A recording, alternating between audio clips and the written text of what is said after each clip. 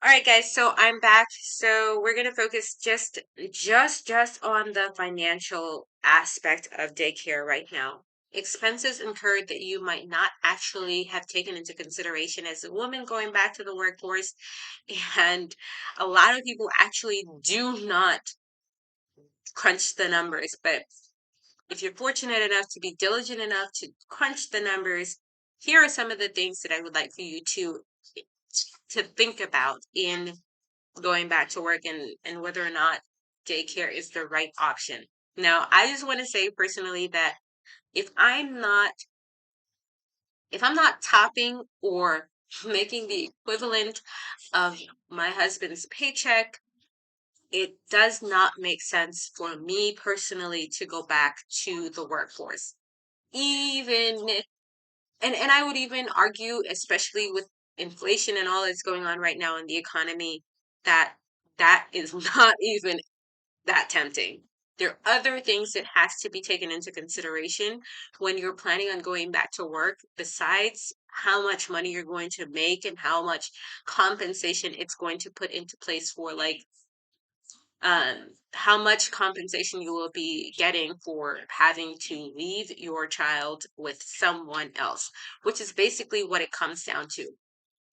Does it make sense? And this is a question that women have to ask themselves. Does it make sense for me to pay someone else to take care of my child so that I can pursue career or so that I can make money to take care of that child? Financial problems, or let's not call it financial problems. Maybe I might just use that as a thumbnail, but the financial situation of women going back to work usually ends up, if you're married, okay, like if you're in a relationship and you have an income coming in outside of your own, the financial situation usually ends up being that most of your second paycheck goes towards work related expenses. That includes your car, clothes, work related insurance, your commute. And I even want to throw daycare in there because, of course, you need to pay the daycare so that you can go to work, and that sometimes can take a big chunk. I know here in Germany, if you got it like that, right? If you're collecting a paycheck, you don't get as much subsidies for daycare because it is assumed that you can afford daycare, so you get to pay all of that daycare. So, in terms of being motivated to go back to work, instead of staying at home, these are some of the things that you kind of have to live with if you choose to go back to work. Now, if you say that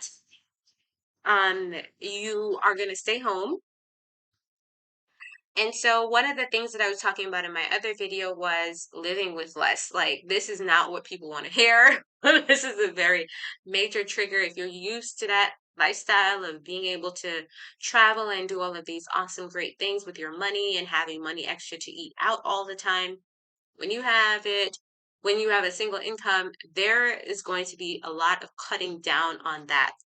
And then you have the added expense of um, yeah, so I think that a lot of people are kind of living over their means. We've heard this a lot from financial gurus and from people who are in the financial sector, that a lot of people, especially in countries like the UK, America, and the rest, are actually taking out credits so that they can have and maintain a kind of lifestyle. I know it's one of the bigger issues right now in this whole financial crisis that we're experiencing. But one of the things that I want us to really be aware of is our accountability in the process of reducing our lifestyle and really asking ourselves, is it really worth it? A lot of parents find themselves in a situation where they're debating how much they want to give to their children. Now, I did a video about spoiling your kids, like how many gifts, presents, toys do your child actually needs and why these why giving into the pressure of buying them everything that they want is not necessarily the way to go. That if you have a young child, like a child that's like, let's say, when I say young, I mean someone under 10 years old, that you're possibly buying clothes at least twice a year, and if you're in a country that has seasons like Germany, at least four times a year, what they wore last year is not going to fit this year. Certain things about that, I've had to change in the way that I shop for my daughter. And that's just a small example that my differentiation in how I treat and raise my kids is completely different from a lot of other parents.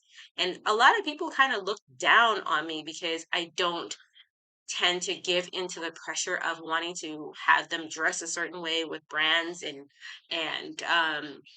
different kinds of logos and things like that. um that's a major trigger for people, and a lot of that comes from, well, you should try to figure out what that comes from. If you feel the need to always have to give your children everything that they want, that is actually something that is rooted in you, because um kids are very, very easily satisfied. It's we that teach them how to be satisfied with to not be satisfied with less. And that is part of the unparenting and unschooling program that I'm talking about when it comes to the principles that we lay in the foundation of our children's life for the first 5 years, that we then have to unravel and unweave because we've taught our kids how to be this kind of way. A really good example of this is children that whose parents may stop them from using video games. I know this is a big thing. Some people think that it's okay. Some people think that it's actually necessary for their development.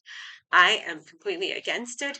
And I know parents who have struggled having introduced their child to social media and video games, try to take it away from them and have the kid completely lose their mind. And in that process, then realize that this was not a good idea because it's actually doing a lot of harm and they're actually kind of addicted.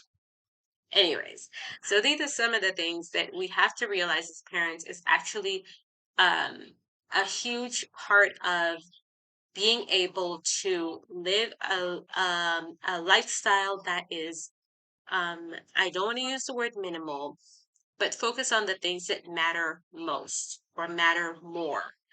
And you know these things when you spend more time with your child and you are living that example of being able to have the level of awareness as to what you value and what is valuable, and make the necessary sacrifices to make that your priority over your career and your accolades and your job, and focus on the things that you will later on either regret or not have the opportunity to really change. I hope that this has been very helpful for you guys. I have been working a lot on this kind of content, and I hope that you guys enjoy it. And if you don't, that's okay. I appreciate the debate. So, if you like my content, please like and subscribe. Don't forget to leave me a comment. Just remember to be respectful about it and respectful to each other as we carry on this debate and discussion. And don't forget to be safe and stay free.